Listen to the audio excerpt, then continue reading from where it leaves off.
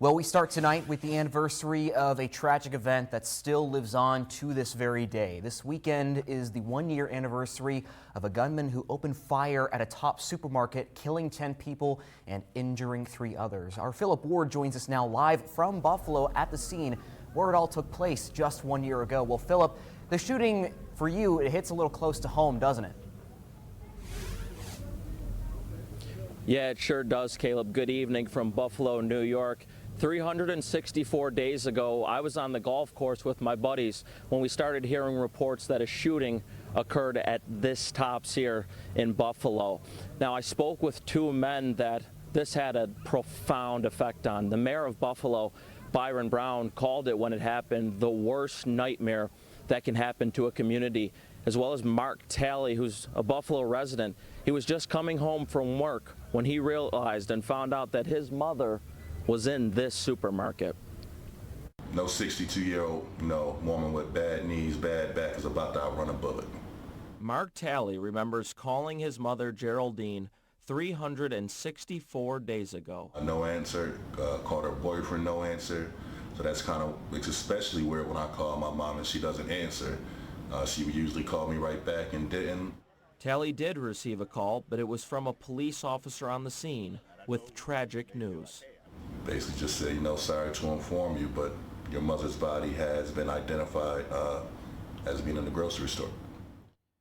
A very strong young man. Mayor of Buffalo, Byron Brown, called the shooting the worst nightmare that can happen to a community.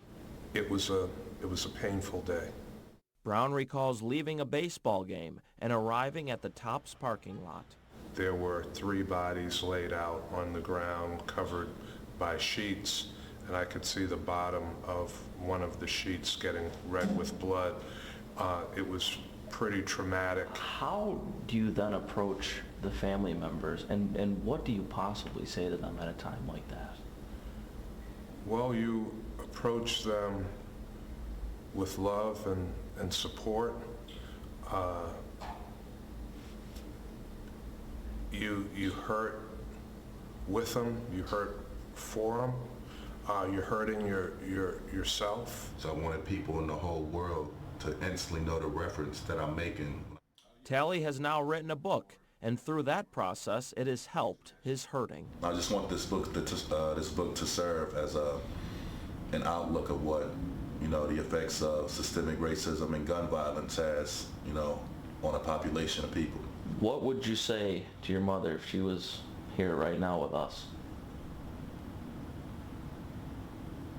I'm sorry for wearing the sweatpants on the news.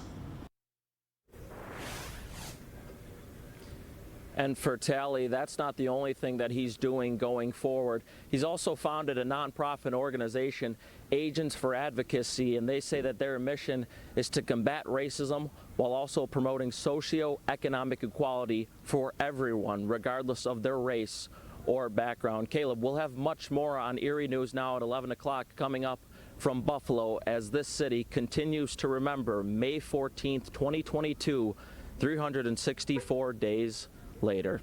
Live in Buffalo, Philip Ward, Erie News Now.